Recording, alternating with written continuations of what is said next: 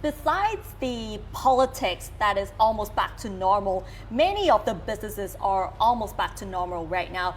That includes international schools in Thailand, particularly those under the British curriculum have reopened already this Monday. So I had a chance to visit one of these schools to see what is it like to be back in school during the new normal era. So let's have a look at this report.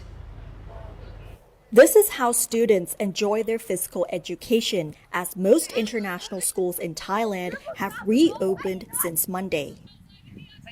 Social distancing may not allow them to play in teams, but it became an opportunity for teachers to come up with new activities to keep students active and fully involved.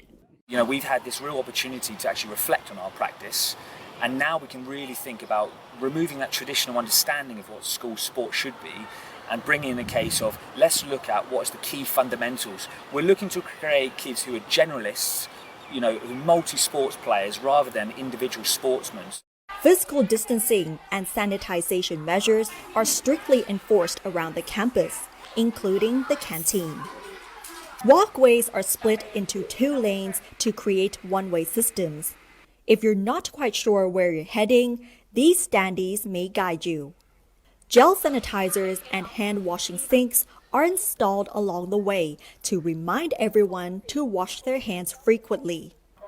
For some classes, teachers will have to do both face-to-face and online teaching at the same time, as some students are still not in school due to quarantine restrictions or do not feel safe enough to return. Trying to teach a physical class and a virtual class at the same time can be a challenge, and I think it's mainly making sure that the students at home get the same or a very good experience as the students that are in the class. But the bigger challenge for schools during the pandemic is to ease the worry amongst parents, questioning whether it's safe for their children to go back. Some of our parents, understandably, have been a little bit nervous, and in fact our staff too were a little bit nervous. So we brought our staff back in, we worked with them to overcome their nervousness, and we've had regular Zoom calls with our parents in different age groups across the school every couple of weeks, updating them on what we're doing and how online lessons have been going, listening to our parents to improve the quality of those, but also helping our parents to understand what we've been putting in place for when we're able to reopen. So how do students really feel about coming back to school? It's really exciting because I get to see all my friends, and it's much easier when we're in the lessons with our teachers, because over this screen it's quite hard because it's not as easy when we ask a question or if we don't have our books on us. It's kind of confusing because there's all the one-way systems. If we go to the second floor, we have to go all the way down to the first floor and then go across the first floor, then up the stairs and then back across. The timetables are a bit confusing when we first got back, especially the one-way system. It takes a lot of time away at the beginning of lessons.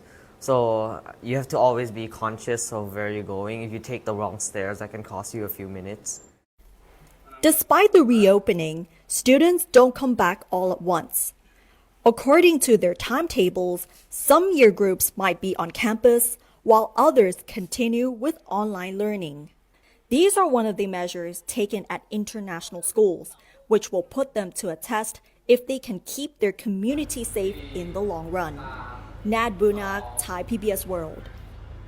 So, Kunat, it looks like both the students and the teaching staff are coping quite well with their campus new normal, huh? Sort of, because many of the students are still confused with the walkways and the systems, even the timetables, because the timetables are different for each year group. For example, let's say you're in year 7. Today you have to come to school. Year 8 have to stay at home, pursue with online learning, and the next day it's a switch. All right. So basically it's a staggered reopening to limit the number of people around the campus. Okay. That's also the way that the Thai schools will be handling too, because the coming July the 1st will be another D-Day for the fight against coronavirus, because all schools will reopen, and let's see what kind of measures that they will introduce and see how effective they will be. Okay. The key here is effective communication here, answering all the questions they might have and help them as much as possible. So it's up to the school to communicate with the parents so that